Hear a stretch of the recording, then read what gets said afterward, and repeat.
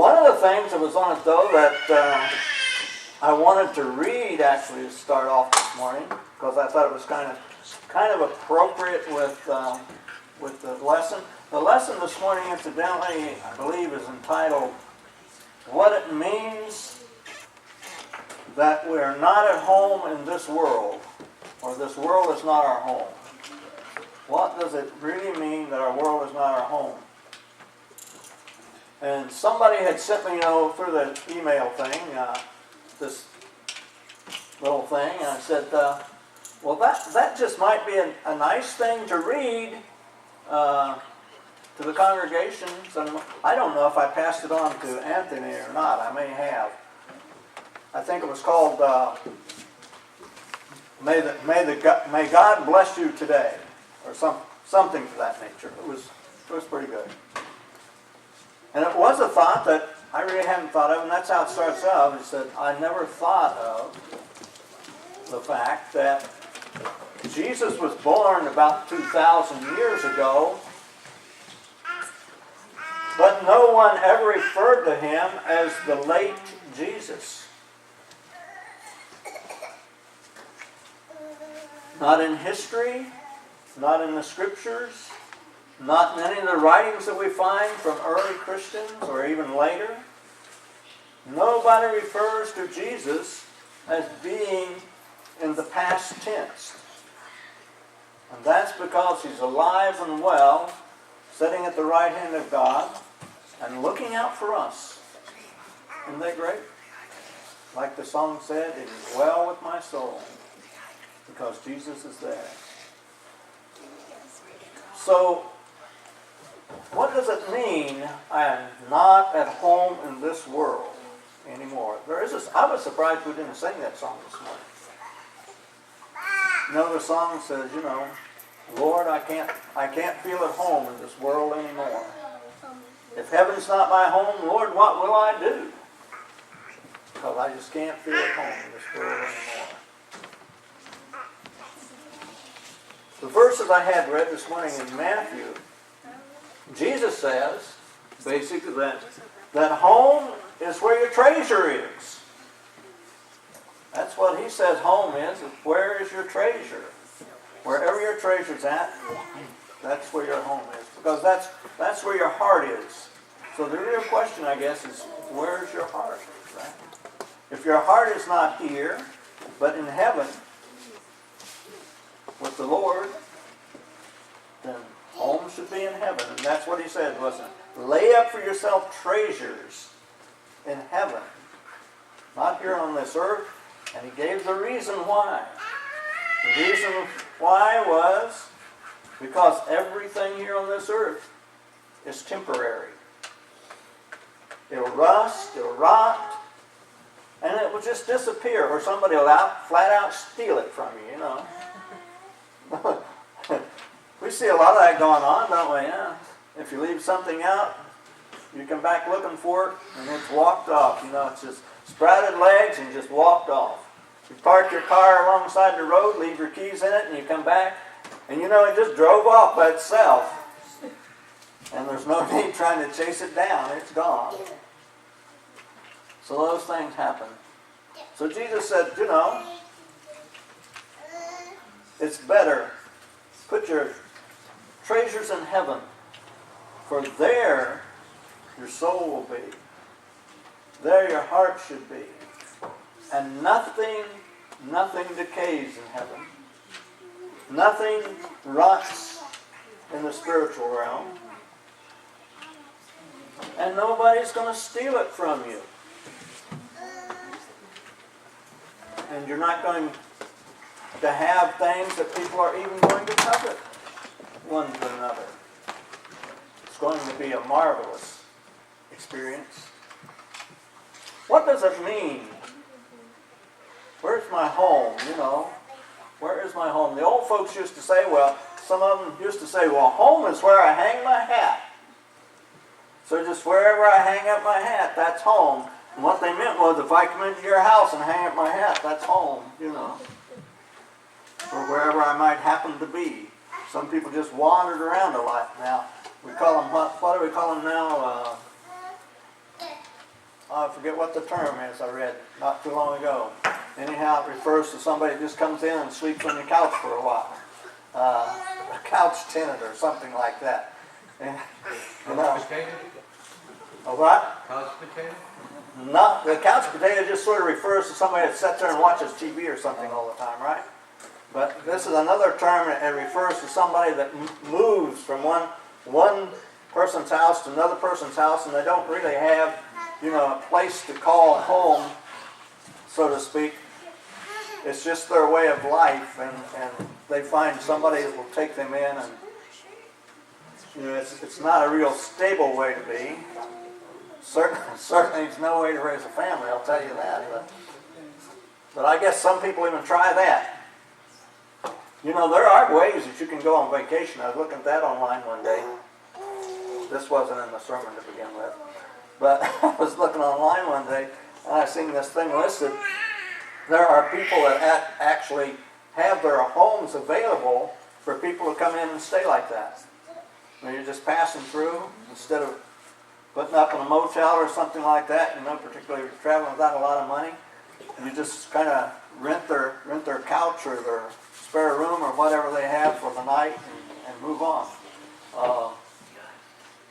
You got to be kind of a trusting person probably to rent your home out like that. But in many parts of the world, that's how a lot of people still travel. In Jesus' time, in that part of the world, and still in that part of the world, when you went into another town, there wasn't hotels and stuff, so basically you stopped at somebody's house and said, you know, can I stay here for the night? Or whatever, and you did. But you didn't usually call that home. Home is usually referred to as a place that, you know, where your family's at, or maybe where you're born. A lot of people would refer to a home being where they're born, you know. But, so, you know, wherever that might be. A lot of times, if we're traveling abroad or something, and somebody says, well, where are you from or where's home? You wind up saying, well, the United States or something like that. Is that really your home? But Nice. we say we're not at home in this world anymore. And that means quite a bit. So what does it mean when you're traveling somewhere that you don't consider home? You might be traveling someplace you don't consider home for many different reasons. You might just be on vacation, and you don't tend to live there. My granddaughter is talking about possibly if she can raise the money to go to China with a group this summer, basically to help spread the gospel of Jesus Christ. This kind of scares me a little bit, you know. She's my little girl, but she's 18. She thinks she's grown up. She'll be 19 here in another month, but you know, she's my little girl, right? And China is not all that welcoming to people that hold to the Christian faith. It's one place I've never been. I sort of, if she's going to go, I'd sort of like to go with her, you know, but help protect her or something. But yeah, she's grown up. She's over there in the University of Toledo now, but she's looking to go with a group from Ohio Valley Christian College down in West Virginia. A group down there is talking about it. Some of them have been there before. So I'm thinking, okay, we'll work on this thing. But that's not her home. She doesn't intend to make that her home. But her reason for going there is hopefully to help spread the gospel of Jesus. So pray for her and give her that encouragement, along with the rest of the group that might be going, and those that are there. There are those in there.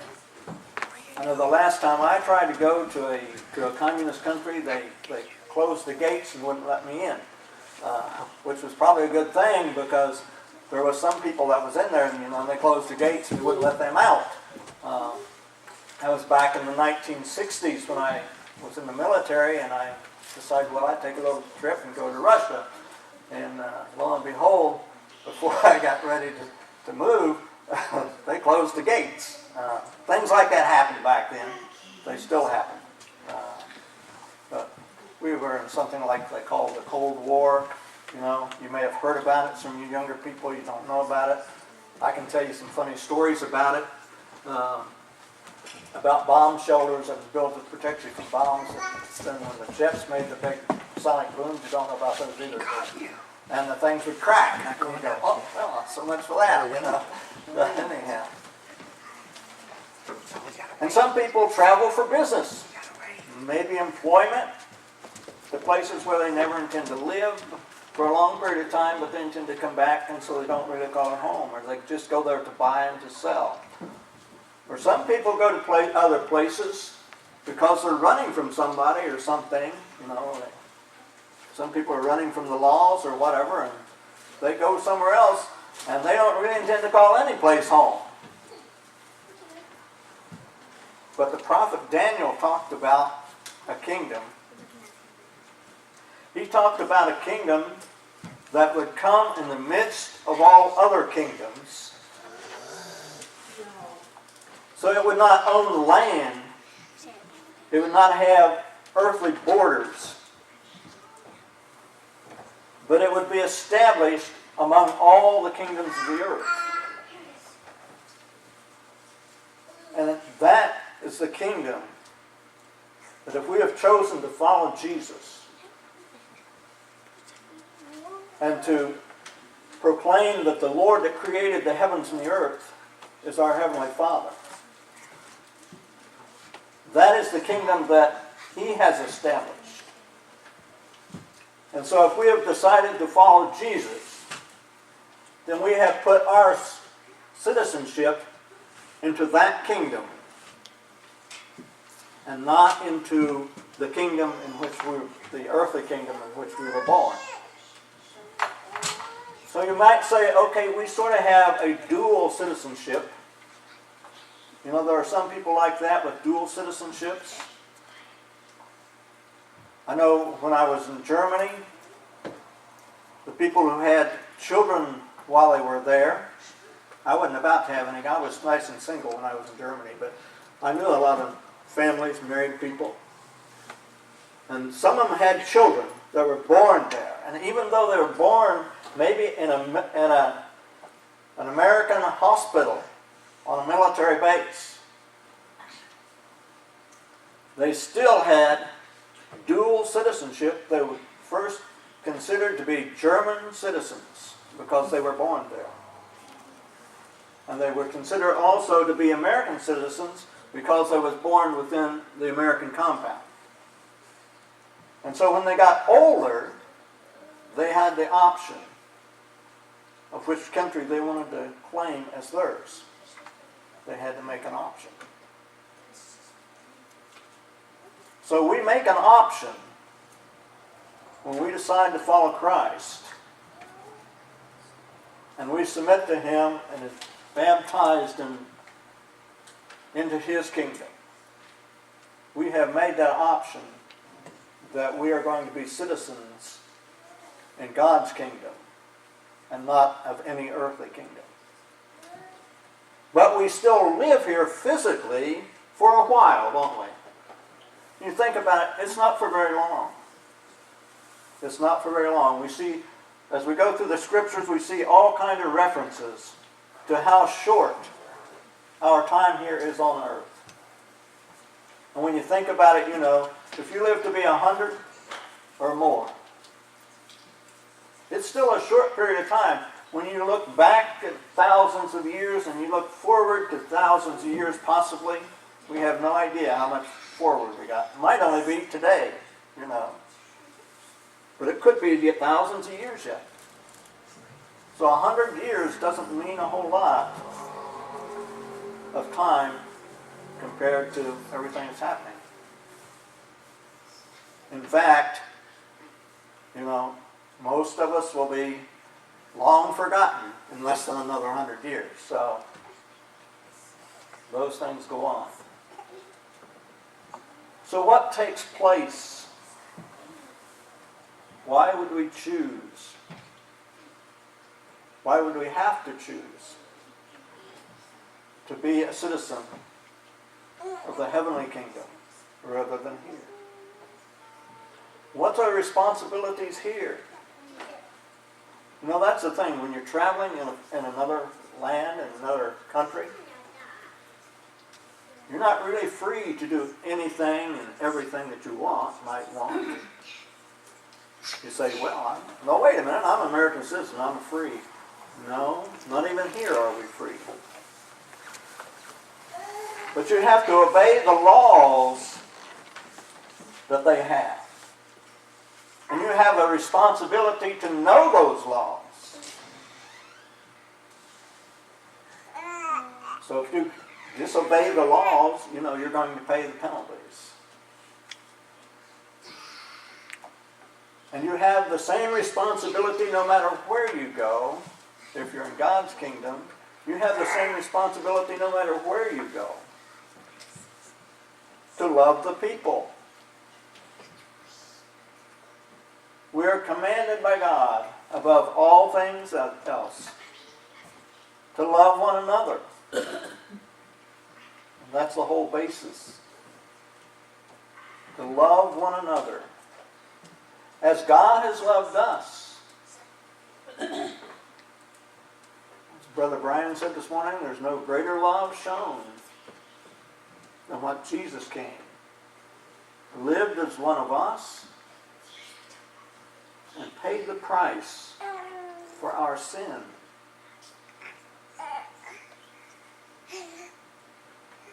You know, when man was created and placed in the Garden of Eden, it was a perfect situation. And God was on communication with those people on both planes, both the physical and the spiritual plane. And they were told, you know, there's a tree in the middle of the garden called the tree of the knowledge of good and evil, and you're not to eat of it. The day that you eat of it, you will surely die. Well, lo and behold, eventually they ate of the tree, the fruit of the tree. And we look at it and we say, okay, they didn't die immediately. Well, remember, God created man into his own image. I believe in chapter 1 of Genesis. Created man into his own image, and what's the image of God? God is a spirit. John 4 tells us that God is a spirit. In chapter 2, he says that he formed man out of the dust of the ground. Which means he also made man twofold. He made man the physical of this earth, but he had created man the spiritual in his image. So we had a twofold image, or a twofold being. We're at least twofold. So when man sinned by eating the fruit of the tree, he broke the bond that he had with God, the spiritual bond that he had with God. And that left him on the outside. And we know that he was cast out of the Garden of Eden, which was paradise. And down through time, we're told that by the prophet Isaiah, he says, it is your sin that causes God to turn his face from you.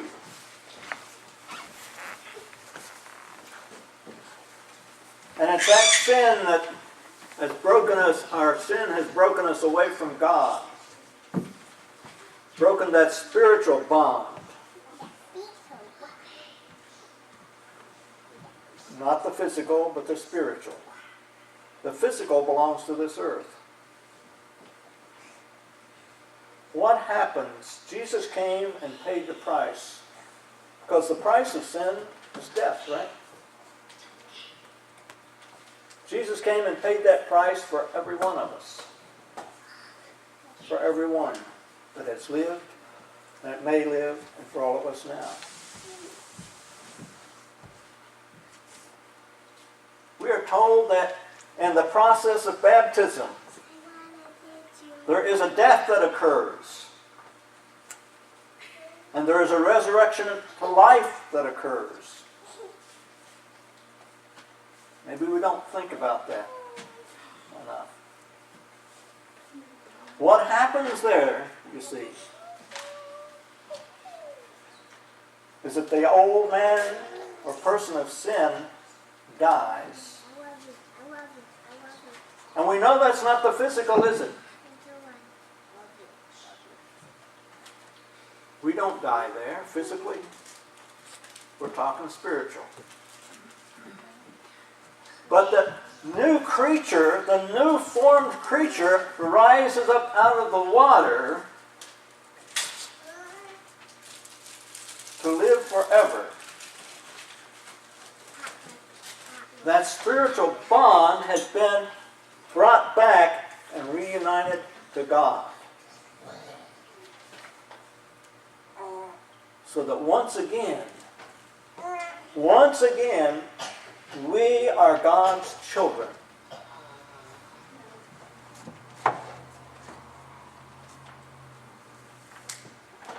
And we become citizens of His kingdom.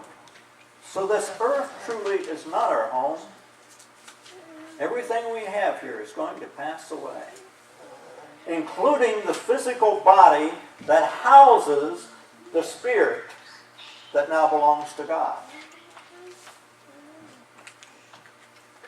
The physical house or the tent, as Paul talks about in 2 Corinthians, I believe chapter 5. I intended to get into that, to read it somewhat. But he talks about being in this physical house, but being of the spirit, of the nature. Particularly down toward the last verses of 2 Corinthians chapter 5. He's talking about being confined to the house or the tent being taken off.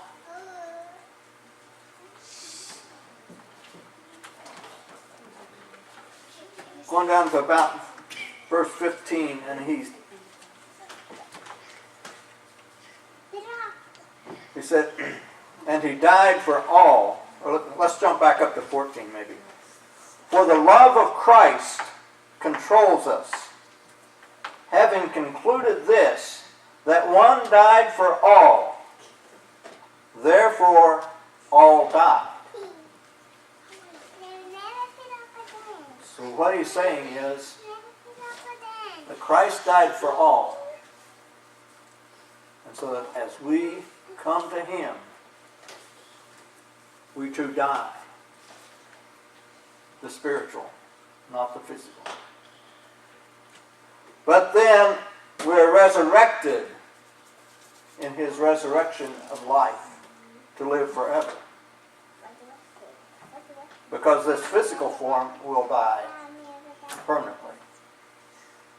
And He died for all, that they who live should no longer live for themselves, but for Him who died and rose again on their behalf.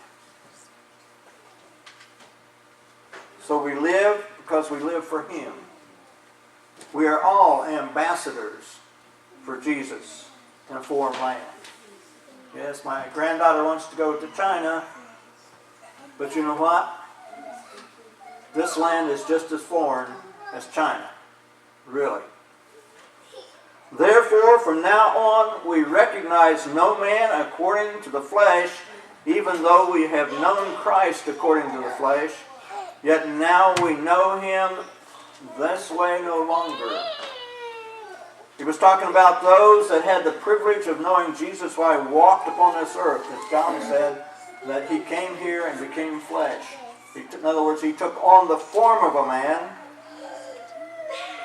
but he still had the Spirit of God. And so as we have the form of men, we also have the Spirit of God. So that's why the saying is, the flesh doesn't matter anymore. It's the Spirit that matters. Therefore, if any man is in Christ, he is a new creature. The old things passed away. Behold, new things have come. We're not the same person we used to be before we were born into Christ. Now all these things are from God, who reconciled us to himself through Christ, and gave us the ministry of reconciliation.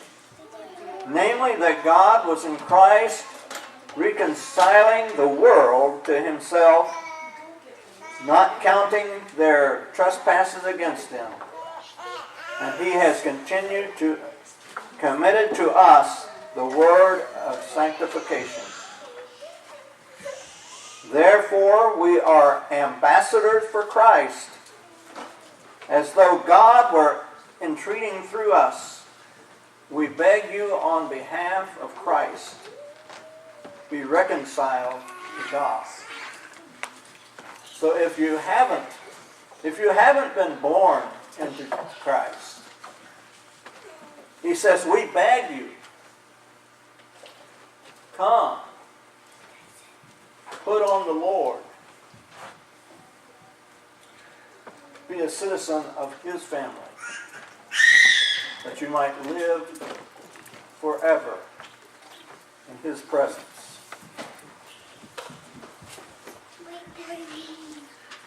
He made him who knew no sin to be sin on our behalf, that we might become the righteous of God. You know, when you travel abroad in most places, our country has an embassy in most places. So if you get into trouble or you have problems, you have some place to go and say, help me. And supposedly the power of your country can come to bear and help you in situations. The Lord has given us an embassy here on this earth. And that embassy here on this earth that the Lord has given us is what we call the church. It's made up of each and every person that has been born again into the family of God. So we are the embassy, reaching out to each and every one. If you're in trouble, reach out to God's embassy. That's what we're here for. To love one another, to help one another, and to make sure that God's people is accounted for and seen. Thank you.